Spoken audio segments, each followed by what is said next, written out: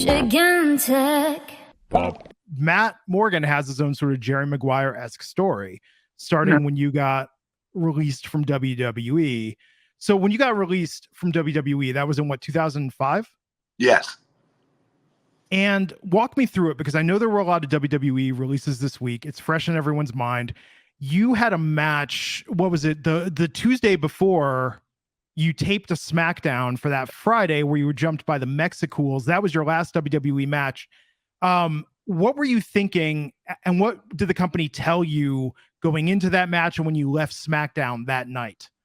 So no, they did not tell me I'd be getting released, because if they did, I mean, granted, I'm a good sport, I would have done whatever, they asked me to do. But no, they did not tell me, hey, because I remember asking when they just did the draft. Carlito, who I was working with at the time as his heater, got drafted over to Raw. And I remember asking, hey, what does this mean for me? And they said, oh, don't worry. We got big plans. That same week, that Tuesday, I was supposed to wrestle William Regal and a one-on-one match, because he just got drafted over to our show on SmackDown. I was excited as hell to be able to wrestle him finally, because I never had a chance yet. And they're like, oh yeah, and so the Mexicools are going to come. They just had started with us. They were red hot at the time.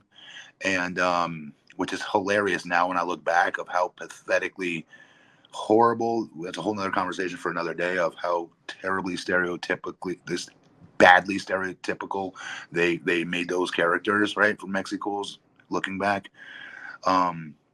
Actually, they should be ashamed of it looking back in retrospect now. But with that said, they came out, the three of them jumped me before the bell rang, before I could wrestle William Regal. I believe they jumped him too, if I remember correctly, in the aisleway. But anyways, I went home like no big deal, because I had just finished this tour in Japan where they did a super show. Not everybody from SmackDown and Raw goes to those super shows to Japan. Only the top, 15 guys on each roster, guys and gals on each roster for Raw and SmackDown go to that. And I tag teamed with Carlito against the Big Show and Aki Bono, believe it or not. Very famous sumo wrestler over there in Japan at Saitama Arena in Japan. Anyways, so I thought things were going. I mean, I hated my character. I hated the stuttering character, Glenn, as you know. But anyways, that Friday that was one of the original Black Fridays for WWE, where they called, 20 or 25 of us, I believe, if I remember correctly. And they started releasing, my friend Mark Jindrak had been released, a few others, a day or so before me, if I remember correctly, or maybe a few hours before me. And then I got the call coming out of a doctor's office. I'll never forget this. I was in Louisville, Kentucky still. And Johnny Ace tells me, he's like, hey, just want to let you know that unfortunately we're going to have to release you. I was like, did I do something wrong? And he's like, no. He goes, but I know you don't like this character, Matt. I knew that when you were walking into this, because you told me. So here's the plan. We can get you off television for a year. I'm going to set you up with New Japan Pro Wrestling. You'll make good money there. And when it's time for you to come back, people will have forgotten that stuttering character. And I was like, at the time, I should have been devastated, Glenn. And don't get me wrong, I was. But I should have been crying. I should have been heartbroken for weeks. I would argue I should have slipped into depression, because this was my childhood dream. A lot of guys you hear say that, right? I call BS on a lot of them, because they think they just have to say that to sound like, they're so interested in pro wrestling, and, the writers will write better storylines for them because they're passionate about it and they grew up a lifelong fan. I really did grow up a lifelong fan. My room was glued wall to wall with either Michael Jordan or nothing but wrestling posters and pictures of Undertaker, Hulk Hogan, you name it, Flair. I loved pro wrestling. For a special needs kid like myself growing up, it was my biggest escape to get away from bullying, to get away from feeling insecure about myself. Sure, I was taller than everybody, but when you're a little kid, you don't want to stick out. You want to be like everybody else. So wrestling was my bread and butter for so many things as a kid. So I really, really wanted to do this since I was 6 years old, Glenn. So you would think I'd go into depression, maybe a panic attack on that phone. No. And you know why? Because yours truly was still in the belly of the beast dealing with my drug addiction at the time. I was high. not high, and I was a functioning addict for those that don't already know my story. Meaning you couldn't tell anything was wrong with me, Glenn, at all. I've never at this point never wrestled not high. I always did everything high. Every 4 hours around the clock, I was always using 80 to 120 milligrams of either oxy or hydrocodone, chewing up those painkillers in my mouth, swallowing them, doing a shooter of orange juice to get the sugar to make it hit my bloodline quicker, and get that high, because that high was an energetic feeling is what it would give me, like a ephedrine times 1,000 type of feeling. So because I was on that stuff, when Johnny Ace called me, I remember being like, do you remember when I told you guys, hey, why would you take a 7-foot, 320-pound natural athlete that, I don't know, majored in communications, and I think it's a pretty good promo. According to Jim Cornette, I'm a good promo, and I'll take his word for it, sir. That probably not the best idea to have me be the one stuttering. And he's like, I know, I know. Okay, you were right, but look, we had to try something new. We tried it, didn't work. That's okay. Like I said, we're gonna get you over to Japan. You're gonna make some very good money, and we're gonna be bringing you back in a year. I'm like, ugh. All right, and I didn't want to burn my bridge because, like you said, he's going to be bringing him back in a year. Well, so I remember it was hard calling my mom, calling my dad. I felt like I let them down, like I was a failure. Same, obviously, to my wife. My wife cried, obviously, because she knew what that job meant to me, what working for that company meant to me. My whole family, they were shocked by it. Not because my, what didn't stink or I was God's gift to wrestling. No, but because they all knew what it meant to me, because they all grew up with me. My cousins, my aunts and uncles. Everything I got for a birthday was centered around a pro wrestling t-shirt or poster or an action figure. Every year. Like, I'm not joking. Like, literally every year, even to my young adulthood. That's what a huge fan I always was. So I think it hit them worse than it hit me because, again, I had been high. So I could have been hit by a Mack truck, to be honest, Glenn, and I would have no-sold it because I'm high. So when you're high, you're numbing all your feelings, all your emotions, everything. But I can guarantee you I would have hit a huge bout of depression, Glenn, like most wrestlers do. You don't hear this part of the story. I would say 80% of back when the guys in my era, Ruthless Aggression era, of really good wrestlers would get released. I'd say 8 out of 10 of them would hit a huge bout of depression. Huge, because yes, you can go to Japan and make money like I did. I made more money in Japan than I did for WWE, if I'm being real, but it's still not WWE. You're not, a household name. You're not walking into different places and everybody knows who you are, like you would when you're a WWE superstar. So it's a blow to your ego, number one. But number two, a lot of the guys don't know what to do when it happens to them. So now what I do in my life is a whole nother story, but I try to help those that when they do get releases, to try to, even before they get to releases, to always tell them, don't call it a backup plan. Because when you say, hey, you need to have a backup plan because you never know how long you're going to be doing this. Well, that comes across in a negative light. Why is that? Your plan B, quote unquote, really can end up being your plan A. One day we'll talk about that. But at the same token, there's a huge mental, I don't know what the word is, but like just depression really is really what sets in with a lot of these guys and gals that you see when they get released. Today it's a little different because sure, there's an AEW, and they paid very good money there.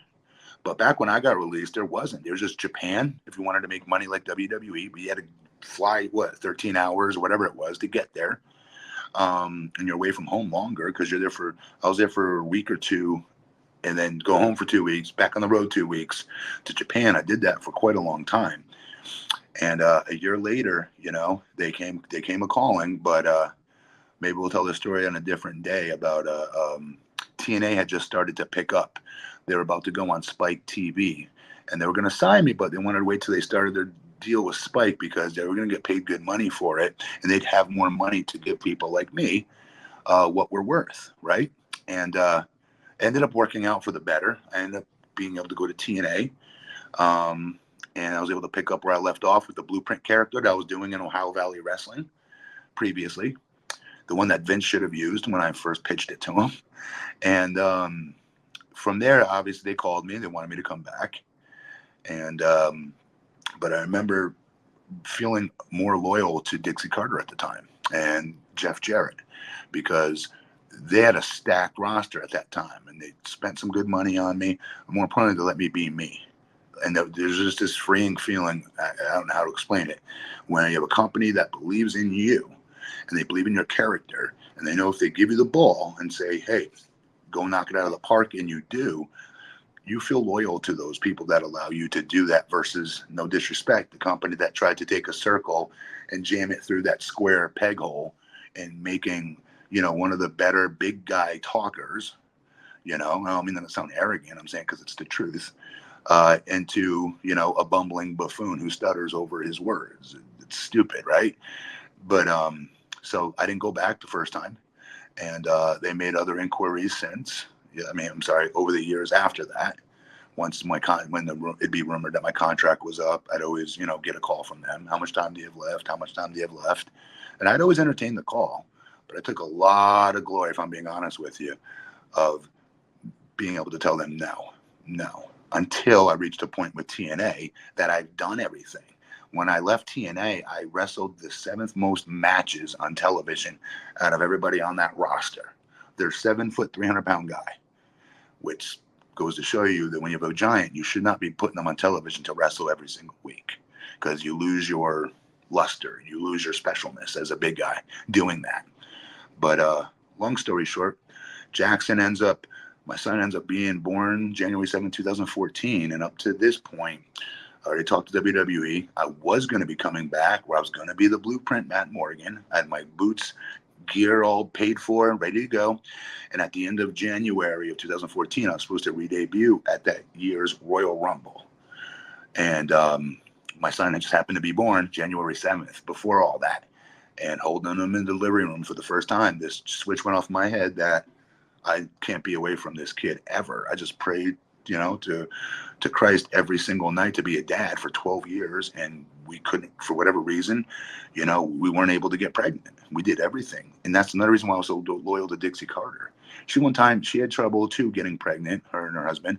And she one time flew a, God, what do you call it, therapist? A hormone specialist to work with me and my wife. She flew that person into where we are here in Orlando at one of our tapings. And that's how awesome of an owner she was, and what a good friend she was to all of us, that she spent that kind of money, because she knew how important it was for me to try to be a dad one day. Anyways, so now it all finally happens. I'm a dad for the first time, holding my son, and this whole feeling came over me that I don't want to be on the road anymore.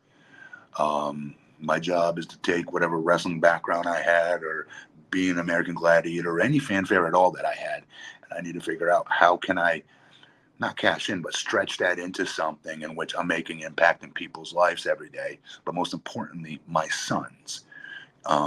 So very, very blessed now to be a multi-time mayor, multi-time city commissioner, and making good changes in my community that my little boy is going to grow up in. I can literally say I was a part of that. I helped create that, along with my fellow commissioners here in the city that my boy's growing up in, and being able to take advantage of all these cool things we have in our city now. So yeah, at the same token, like I told you in the beginning, most wrestlers get into a very deep, steep downhill ride into depression when they first get released. When I had first been released, there wasn't any other national televised shows that you could go to like they have today. So today's very different. Today, you could still make money on the indies, good money. You could still make money with AEW. Back then, it wasn't like that. And I think that's a big reason why so many of the guys and gals would take it so hard when they would get released. Why, in my opinion, I'm not saying it's why addiction became addiction in the world of wrestling, because that has always been prevalent and part of our underbelly for many, many years, until this current generation that has it right, and they all stay away from it. God bless them for it. And I remember when I was a wrestler at the time, when I'd see like some of the veterans making fun of some of us. AJ Styles, huge video game guy. I'd always had a TV in the back of my truck. See, people say TNA pays bad. I had a Hummer with a friggin' PlayStation and Xbox in the back of my Hummer. You just open up the hatch, had my Blueprint logo everywhere, because I'm a complete mark for myself, obviously. And anyways, and I had a flat screen Vizio that we all played Madden on. And right before the show would start, and some of the veterans would walk by, like, "Oh my God, you nerds!" Well, that was the beginning of the next generation doing stuff backstage to stay out of trouble. There's no reason for you to take pills or drink alcohol if you're sitting there playing video games with your boys and your friends in the locker room, or God forbid, learning more about one of them and their family lives like they do today. You can say what you want about these wrestlers today, but I'll bet you donuts of dollars they live far longer than my generation did. Yeah. And I mean, it just goes to show that there is another chapter. There is light at the end of the tunnel. That just because you're released and it seems like you're at your darkest moment, you can actually build something so much stronger that when they do come a calling to ask you to come back to the show, you're good with passing on it. And I think that's still just one of the most amazing parts of your journey is when most people think the story ends, you built this entire other life for yourself. And I think it's really impressive. I mean, I'm being serious. Before Jackson was born, I was so excited to finally show everybody the blueprint in the WWE world. Do you know what I mean? Like, not just in OVW, but on WWE television. I was so excited.